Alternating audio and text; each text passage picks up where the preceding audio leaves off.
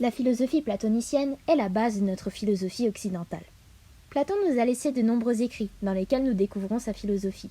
Et bien qu'il ne parle pas à la première personne, c'est sous la forme d'un dialogue entre son maître Socrate et des personnages de sa famille qu'il se livre à ses lecteurs.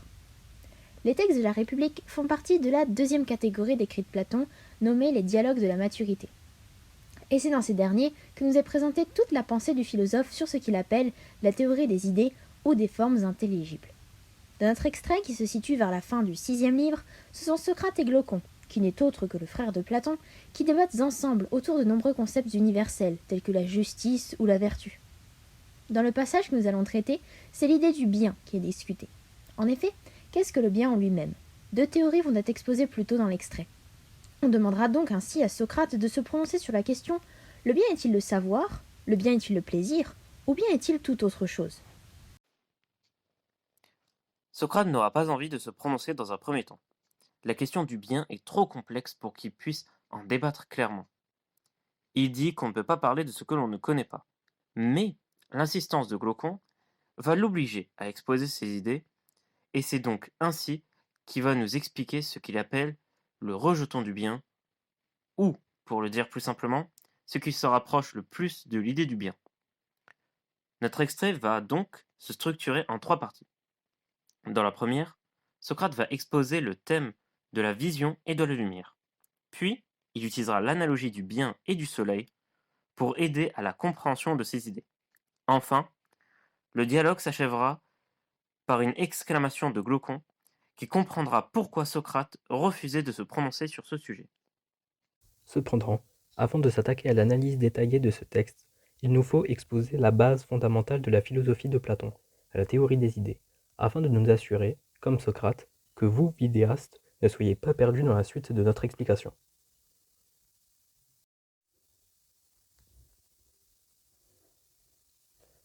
Voyez-vous toutes ces images? Que représentent-elles? Des chaises, bien évidemment.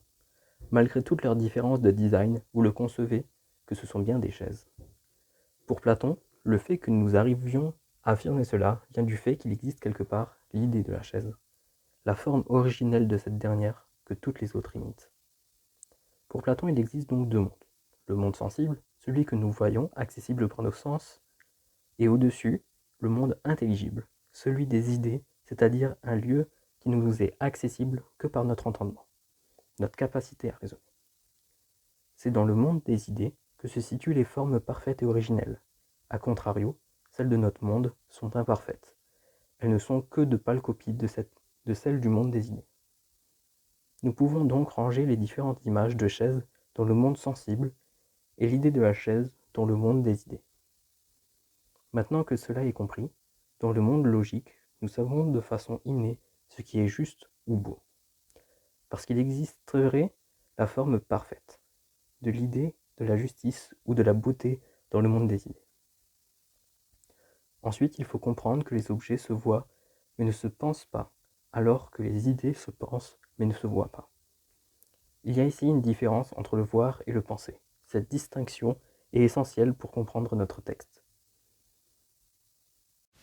Maintenant que tout cela est compris, nous pouvons passer à l'analyse du texte. Première partie, vision et lumière. Socrate a réintroduit sa théorie à Glaucon et va maintenant exposer les thèmes de la vision et de la lumière dans l'ordre de la connaissance des choses sensibles, puis des choses intelligibles. Socrate commence par une question simple. Or, par quel élément de nous-mêmes voyons-nous ce qui peut être vu ? Par la vue, répond Glaucon. Et cela nous paraît logique. C'est notre vue qui nous permet de voir cette pomme, par exemple. Dans la même logique, c'est par notre ouïe que nous entendons et par notre toucher que nous ressentons la présence des objets. Ce sont nos sens qui nous donnent accès au monde dans lequel nous vivons. Socrate nous fera alors remarquer, à nous et à son interlocuteur Glaucon, que cette faculté de voir et d'être vu révèle d'une véritable puissance en utilisant l'expression « Qui a coûté le plus d'art ?» La personne responsable de cette puissance que Socrate appelle l'artisan a bien dû faire en sorte que la vision et l'ouïe dépendent de quelque chose pour fonctionner, d'un médiateur. Tel que si cette troisième chose n'est pas jointe, la première n'entendra pas et l'autre ne sera pas entendue. Dans notre exemple, qu'est-ce qui ferait qu'on ne pourrait plus voir cette pomme ? Glaucon ne sait quoi répondre à cela, la faculté de voir semblant tellement évidente pour lui, et pour nous aussi d'ailleurs. Pourtant, il y a bien une chose qui supprimerait cette capacité de voir. Socrate va donc tourner autour du pot pour mettre en haleine son interlocuteur. On le remarque par la réplique de Glaucon. Mais quelle est donc cette chose dont tu parles? Eh bien, regardez. La pomme là. Vous la voyez? Bien maintenant non. Là on la voit plus. Nuit, jour, jour, nuit, nuit, jour. Ok, j'arrête. Bref, ce qui manque à la vision et au fait d'être vu par autrui, c'est Tout simplement ce que toi, tu nommes lumière.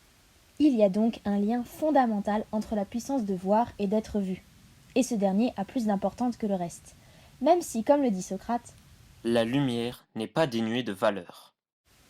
Socrate demande dans la logique des choses à Glaucon lequel des dieux du ciel est celui qui a donc créé cette lumière. Bien évidemment, Glaucon répond le soleil. C'est cet astre qui nous permet quotidiennement de voir, et donc qui permet aux objets de renvoyer la lumière qu'ils reçoivent pour la faire parvenir jusque nos yeux, d'être visibles. Mais attention, on a trois éléments, l'œil, la vue, le soleil. Il ne faut pas confondre les trois. Le soleil n'est ni l'œil ni la vue. C'est logique. Le soleil est ce qui engendre la vue, ce qui la crée. La vue n'est pas le soleil, ni elle-même, ni l'organe en lequel elle est localisée, que nous appelons l'œil. Nous aimerions maintenant nous pencher sur une citation de Socrate qui vient dans la suite de cet extrait. Or, la capacité qu'il a n'est-elle pas à sa possession seulement parce qu'elle lui est dispensée par le soleil, comme s'il laissait déborder son trésor? Nous avons tous les trois une image assez différente de son interprétation. Pour ma part, j'associe l'œil humain à un petit verre de faible contenance. Le soleil déverserait dans ce verre un liquide représentant l'ensemble des capacités permises par le soleil. Or, le contenant du verre est trop petit pour accueillir toute cette eau, et donc le liquide en déborde. Si le contenu est aussi petit, c'est parce que l'œil humain n'est pas parfait et ne peut donc pas posséder toutes les capacités que le soleil lui permettrait d'obtenir. Pour expliquer mon hypothèse, prenons un exemple. Imaginons un homme, ici le soleil, qui a un verre d'eau, ici représentatif des capacités du soleil. Cet homme ferait un peu déborder son verre, et une personne en dessous serait là pour récupérer un peu de l'eau déversée. Cette personne qui serait là pour récupérer serait ici, dans notre exemple, l'œil, qui ne reprendrait que quelques capacités du soleil. Ici, on nous fait comprendre que l'œil a pour capacité la vue, mais seulement parce que le soleil existe, car sans lui, l'œil humain ne servirait à rien. Quant à la question sur le trésor qui déborde, c'est une possession du soleil, et le trésor étant la vue ici. Ce qui veut dire que ce trésor qui déborde, c'est la vue qui a des capacités et qui les laisse déborder, et donc qui perd des capacités qu'il pourrait avoir. Comme par exemple, on sait que certains animaux peuvent voir dans la nuit, mais l'œil humain ne peut pas. Ce qui voudrait dire que l'œil a une infinité de ressources qu'il pourrait avoir, mais qu'il laisse déborder par flemmardise. Car pour lui, ce qu'il a est déjà suffisant pour lui. Ainsi, ce que nous retenons dans nos trois façons de voir les choses, c'est que l'œil humain est l'organe qui perçoit le mieux la lumière du soleil. L'œil et le soleil sont tous les deux différents, mais similaires dans leur fonction. Le soleil permet aux objets d'être vus, l'œil peut voir. C'est ce qu'entend Socrate par le mot Analogue. et, en tant que mathématicien, nous pouvons résumer ça par l'équation œil plus soleil égale vision. Enfin, puisque le soleil permet à l'œil de voir, par conséquent notre œil peut voir le soleil. Il y a une sorte de boucle infinie qui se met en place. Cela étant maintenant posé, Socrate va pouvoir enfin rentrer dans le cœur de sa thèse avec l'analogie du bien et du soleil. Déjà, qu'est-ce qu'une analogie? Il s'agit des rapports existants entre des choses ou des êtres, présentant des caractères communs. Ici, Socrate va nous expliquer les liens établis par le soleil et ceux établis par le bien, qui sont similaires entre eux, d'où la double analogie. Socrate nous dit que c'est le soleil qu'il affirme être le Rejetons. du bien, c'est-à-dire l'enfant de ce dernier, celui qui lui ressemble le plus sans pour autant être lui. Que le bien a engendré comme analogue à lui-même. Un enfant a été conçu à partir des gènes de ses géniteurs, mais il n'est pas identique à ces derniers. Socrate poursuit par Ce que le bien lui-même, dans le lieu intelligible, est par rapport à l'intelligence et aux choses pensées. Le soleil l'est dans le lieu visible, par rapport à la vue et aux choses vues. Intégrons ça dans notre schéma de départ. Nous devons donc placer le bien dans le lieu intelligible et le soleil dans le monde sensible. Leur position suit un axe de symétrie horizontale pour mettre en avant cette idée que le soleil est l'image la plus ressemblante du bien. Indiquons ensuite les liens qu'établissent les deux. Le soleil, lui, a créé un lien entre les objets et nous, les hommes, capables de voir ces objets par nos yeux. De même que le bien, lui, établit des liens entre les idées ou les Choses pensées. accessibles par l'intelligence, c'est-à-dire la faculté de raisonner.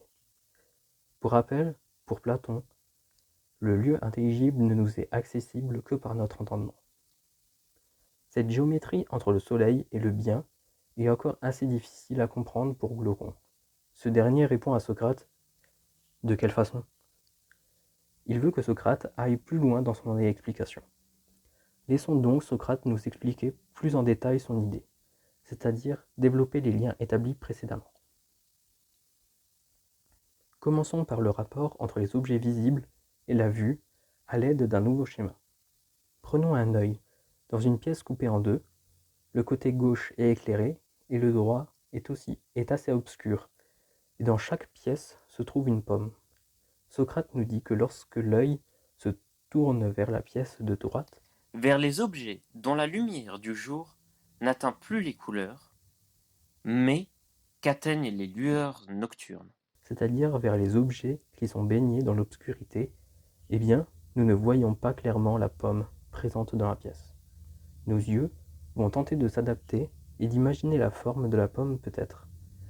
Mais la vision de nos yeux sera plus proche de celle des aveugles, dit Socrate. Et cette comparaison est intéressante pour la suite. Le terme aveugle peut révéler bien plus que son premier sens. Tournons maintenant l'œil dans la pièce de gauche. Il voit clairement la pomme, la vue, cette capacité que nous offre la lumière du soleil fonctionne. Il apparaît que la vision est présente dans ces mêmes yeux. Comme avant, si l'exemple avec un objet quelconque est compris, on peut passer à celui avec un concept universel, ici celui de la vérité. L'œil devient dans notre schéma l'âme humaine, et lorsque cette dernière se tourne vers la pièce de gauche, ici, sur ce qui est vrai, Elle le conçoit, le reconnaît. c'est-à-dire qu'elle le comprend et qu'elle admet que c'est vrai, c'est évident pour elle. L'âme semble ici posséder la connaissance de la vérité, c'est-à-dire L'intelligence. tandis que si elle se tourne vers la pièce de droite, comme pour la pomme d'avant, cela va s'obscurcir. La connaissance devient floue. Elle ne possède que des idées admises sans preuve concrète, des Opinion. Elle se rapproche donc plus ici d'une âme sans intelligence. On retrouve l'idée de l'aveugle. On peut de nouveau placer cela dans notre schéma. Nous venons de comprendre que la lumière envers les objets agit comme la vérité envers la connaissance et les idées. La lumière est donc l'image dans le lieu sensible de la vérité dans le lieu intelligible. Mais remarquez ceci. Nous n'avons pas placé la lumière à la place du soleil, ou la vérité à la place du bien. Non. Nous les avons placés au-dessous, car ce sont le soleil et le bien qui les ont créés.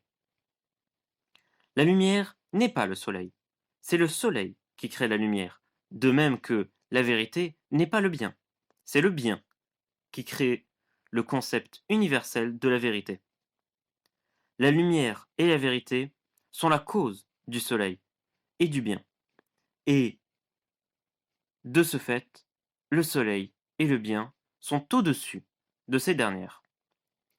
C'est ce que Platon nous explique dans une longue réplique de Socrate. Comme dans le lieu sensible, c'est le soleil qui donne la lumière aux autres objets sensibles et la puissance de voir à la vue. Mais ni les objets sensibles ni la puissance de voir ne sont le soleil. Après cette explication de Socrate, Glaucon comprend pourquoi, Socrate avait refusé auparavant de s'engager dans une discussion entre les partisans du bien intelligence et ceux du bien plaisir. Il reçoit ici sa réponse. Il comprend maintenant pourquoi le bien ne peut pas être identifié au plaisir, puisque le plaisir appartient au lieu obscur du sensible. Et le bien ne peut non plus être l'intelligence, puisque l'idée de bien est la cause de celle-ci. L'analogie se termine ensuite par l'ajout de Socrate sur le fait que le soleil ne donne pas seulement aux objets la puissance d'être vus, mais aussi leur genèse, leur accroissement et leur nourriture, bien qu'il ne soit pas lui-même genèse. Le soleil, tu affirmeras, je crois, qu'il procure aux choses vues non seulement la capacité d'être vues, mais aussi le devenir, la croissance et la nourriture, alors que lui-même n'est pas devenir. Dans la même logique, le bien ne donne pas seulement aux objets intelligibles la puissance d'être connus, mais aussi leur essence et leur existence, bien qu'il ne soit pas lui-même essence, mais qu'il surpasse l'essence en dignité et en puissance.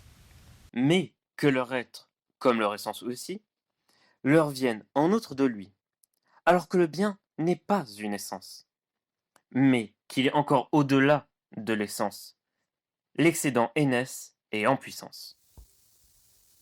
Le bien est donc la cause de la connaissance et de l'existence des idées. Et cette discussion de Socrate sur l'idée du bien se termine par une exclamation de Glaucon.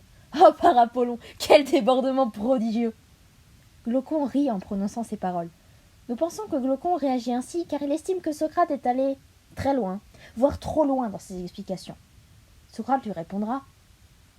C'est toi qui en es la cause, en me contraignant à donner mon impression sur le sujet. Socrate serait-il gêné d'avoir donné ses explications? Ou bien est-ce Platon qui ne veut en dire plus? Platon nous a donc bien expliqué l'idée qui se fait du bien par son analogie entre ce dernier et le soleil. Le fait que chaque élément du sensible trouve son correspondant dans le lieu intelligible nous permet de facilement comprendre ses propos. Tous les éléments de cette riche analogie peuvent être compris comme l'application d'une théorie platonicienne fondamentale selon laquelle le sensible est une image de l'intelligible. Sur notre schéma bilan, nous pouvons donc faire apparaître toutes ces correspondances. Le soleil est l'idée du bien, la lumière est la vérité, les objets de la vue et les objets de la connaissance, le sujet voyant et le sujet connaissant, l'organe de la vue, l'œil, et l'organe de la connaissance, l'intelligence, nous, la faculté de la vue et la faculté de la raison, l'exercice de la vue et l'exercice de la raison, la capacité de voir et la capacité de connaître. On peut remarquer en revanche que Socrate n'a pas tout dit à Glaucon. Ce dernier insiste à la fin du texte pour que Socrate lui en dise plus.